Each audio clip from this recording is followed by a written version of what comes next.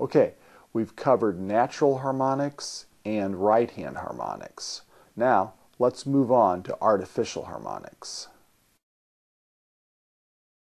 Now, I mentioned earlier that sometimes you use the pinky on the right hand if you want to play a 4-note chord. So if I play this same chord that I was just demonstrating, but add on my left hand the 3rd string A, which is that pitch, so I have 4 strings, and I want to play the top note, the high note, as a harmonic, artificial harmonic. Then, because it's a 4-string chord, I have to use all 5 fingers. I have to use my little finger to pluck the 1st string, A finger to pluck the 2nd string, M to play the 3rd string, thumb to play the 4th string. So that looks like that. Not used very often, but again, keep it in mind as a possibility. In Miguel Llobet's arrangement of El Testament de Emilia, one of the Catalonian songs he arranged for the guitar, there's this beautiful passage in artificial harmonics.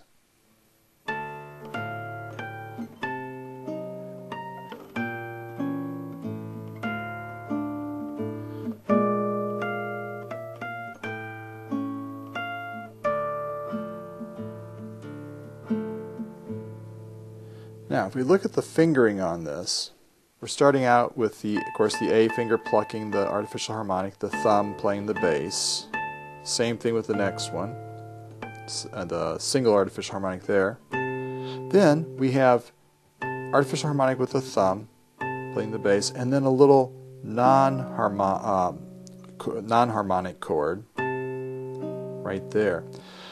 When you do that, what you don't want to do is use your index finger to play the 2nd string, because that pulls the index finger out of its artificial harmonic position. You want to keep that index finger extended, always in position to play the artificial harmonics. You don't want him going out of position to play something else and having to find the next harmonic that he has to play. Instead, use your free fingers. In this case, P and M are available. And then your A finger plays the next harmonic, like that. Then once again, we have the same situation where we're playing a harmonic with and plus the thumb at the same time, and then a non-harmonic chord there. And once again, you don't want to use your index finger to help play that chord, because it takes it out of position. Instead, again, use P and M. And also make sure you play that little chord very quietly, and the thumb very quietly, so you're not overpowering the delicate artificial harmonic that's carrying the melody. And then finally, we have, again, a harmonic played simultaneously with a bass note, and then 2 non-harmonic notes. Once again, don't want to use I and M there, pulling the index finger out of position. Instead, use M and A that are available. You could use your thumb to play the 3rd string, but again, I'd rather not do that. I don't want the thumb having to jump around if it doesn't have to. It might lose its place or throw something else off. Instead, let the thumb stay over its bass strings, so it's ready to play the next bass note, and then you're all set.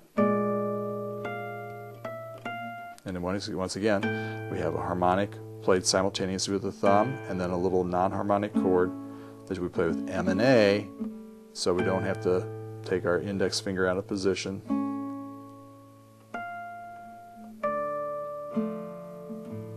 So when you have passages in artificial harmonics that also combine non-harmonic notes and intervals and chords, use common sense on what fingers you choose to use, keeping in mind that ideally you want to keep the index finger always in position, in its straightened position, ready to play the artificial harmonics, ready to touch the nodal points of those artificial harmonics. Let the other fingers handle plucking the extra notes. In Andrew York's In Sorrow's Wake are a couple measures that serve as a good example of using common sense in the execution of harmonics of all types.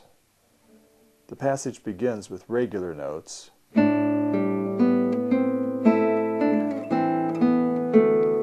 then you have two right-hand harmonics at the 12th fret. Well, what you don't want to do is have your hand in position here and then suddenly have to jump from here all the way to there. You might miss those harmonics. Instead, start at your normal position and gradually work up here towards your harmonics. So it's a smooth transition, and then you're there when you need to be to play those two harmonics.